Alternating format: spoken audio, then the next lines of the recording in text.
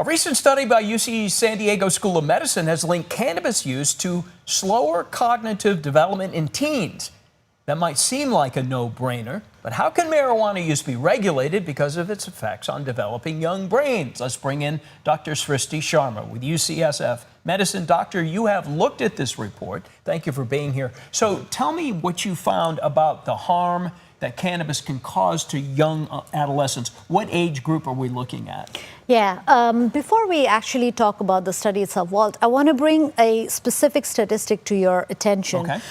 In 2022, 1/3 of the teenagers, high school students in the United States actually reported using cannabis of some sort. That's a big number. And this is important because in adolescence, cannabis can cause so much, brain effect on the brain development and brain function. So what did you find about the detriment of it? Is this using a lot of it, a little bit of it, and what did the study tell you? The study in this, the researchers found out that, initially it looked like the people who were using cannabis actually showed some improvement, but over a long time, compared to the peers who do not use cannabis, they showed significant brain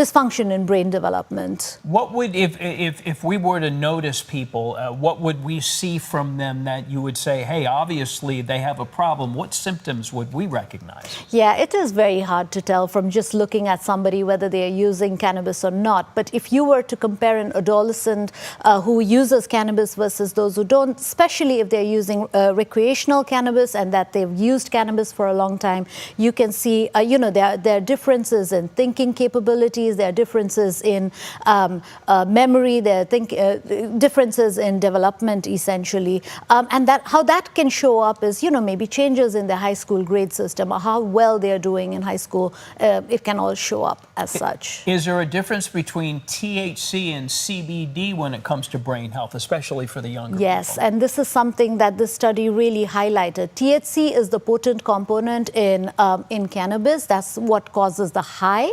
And this study found that, people who are using THC or THC component of cannabis had effects on memory more than people who were not using. Okay, as a parent, what should we do with this information?